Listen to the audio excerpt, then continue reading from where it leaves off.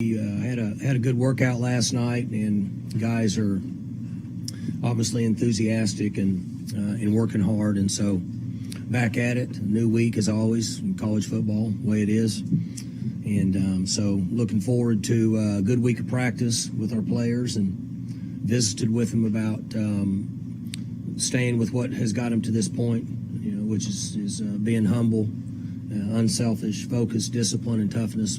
Very simple. And I feel that we've got enough maturity and leadership for our guys to stay focused and practiced hard and continue the things that have got us to this point. So it's really been that simple for us up to this point, and obviously watching a lot of tape, I should say, on TCU and moving forward. One thing that I've mentioned to you guys over the last few years, young people today, it's hard to predict what you're going to get week to week for a variety of reasons. And so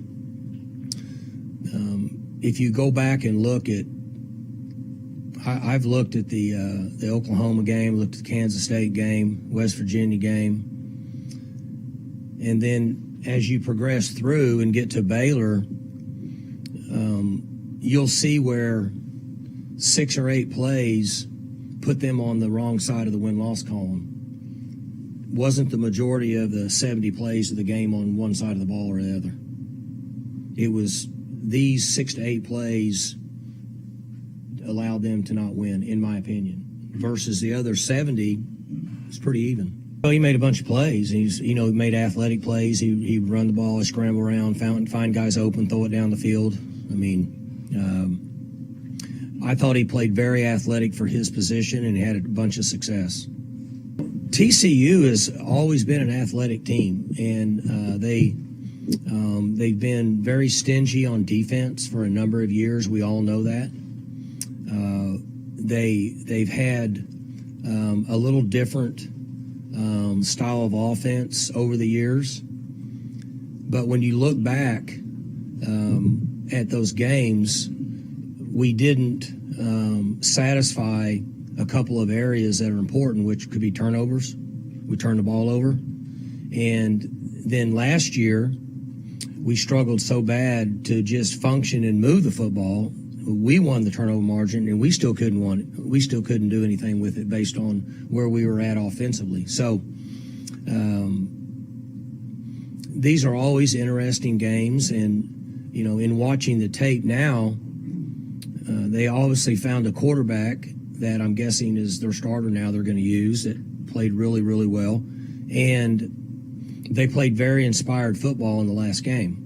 Very inspired. And so that should help our players in preparation for them when they watch on tape and how well they played last Saturday. Well, he was my high school biology teacher, junior biology.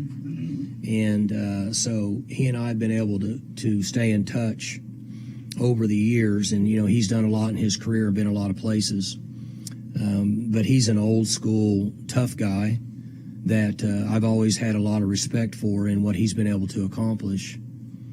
And so it's been fun to watch him bounce around in the things that he's done, partly because of some health conditions that he's had to change careers for a little bit. But he's been around a lot and very well respected in our profession, and certainly by me. And I'm glad that good things are still happening to him. What kind of teacher was he? I don't know, because I wasn't as good a student as I should have been. So I was just waiting to get to 2:30 to get to football or baseball. And talking with some people from back in that day, he brought a lot to the team attitude-wise. It felt like he was kind of really good for the team, wasn't he? Yes, motivator, no excuses. I don't want to hear about that. Just figure out a way to get it done. Very traditional, old school mentality. Older than you guys, wasn't he? No. I think he was just getting into the profession, and I think, he left there, and I think he went to a small school in Kansas, maybe a junior college or something, or a smaller school in Kansas. And then before I knew it, he was the head coach, I think, Pittsburgh State. Yeah, he went to Pitt State from Midwest City. Okay, so he went right there. Okay, as an assistant. Yeah, and then he worked his way up. Okay. Oh, I would guess, with Coach Evans and his staff, they had been there forever. And I quit counting. At one time, they were 46 years in a row in the playoffs. I don't know what they are. I mean, I'm sure that's been stopped at some point. But so anybody that had coached there under those guys had to have taken things with them. There's been a number of head coaches come out of that group. And I'm sure. But Coach Kill's discipline and structure and toughness and things like that were he had that, I think, because when I remember him coaching, he had that. But that's what he would have got out of that organization with Coach Evans and his group. For more information, you can visit TulsaWorld.com.